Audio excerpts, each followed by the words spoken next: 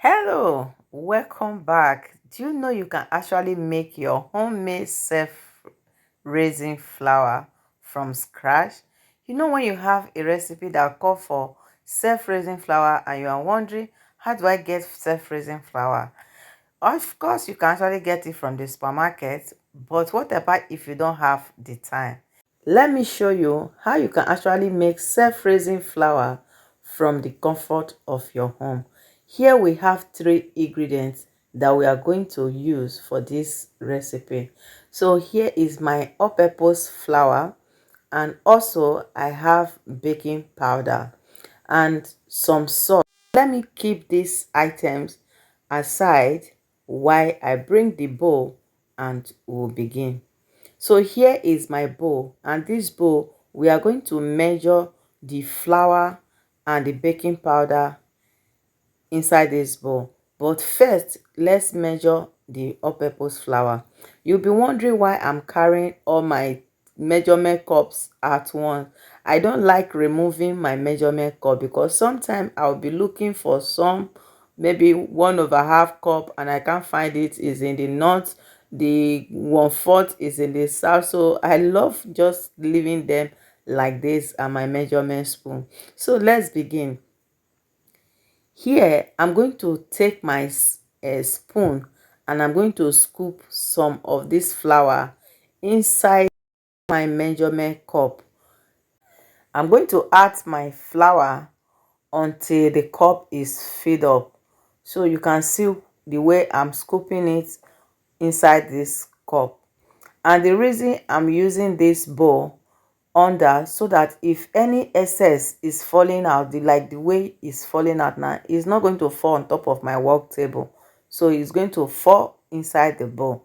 And I'm using the back of my knife to make sure I remove all the excess. Here I have my 1 cup of all-purpose flour. So here I'm going to take this bowl aside while I bring the second bowl and I will add my flour inside this bowl.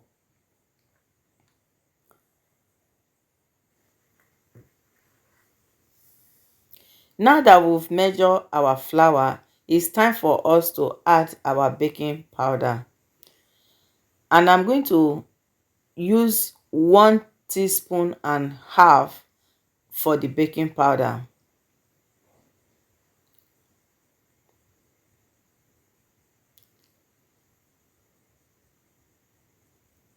Just make sure your baking powder, your teaspoon is full and you leveled it. So you see me adding the baking powder, and it's time for us to add the salt.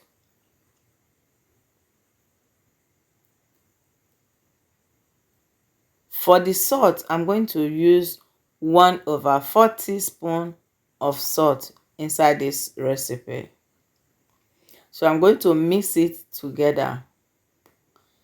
Make sure everything is well combined before we sieve the items together.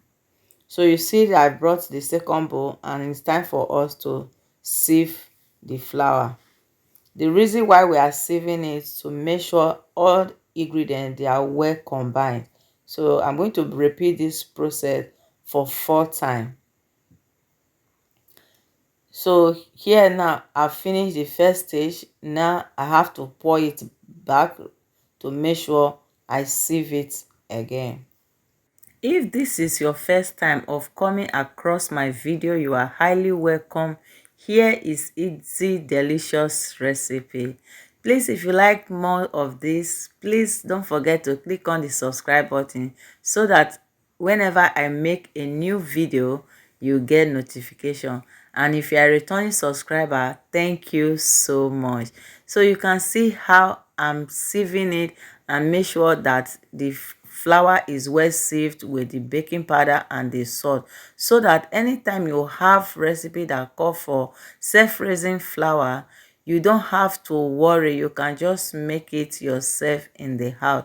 So you see me pouring this is the last stage of this 4 times sieving. Make sure that everything is well blend together. Here we are finished sieving this flour, and it's so easy to make. So anytime you have a recipe that call for self-raising flour, you don't need to worry, because you can actually make it from the comfort of your home. And I know my beautiful fan can make this. You can also check the page on how you can make cake flour from the scratch. And I will see you in my next video. Bye.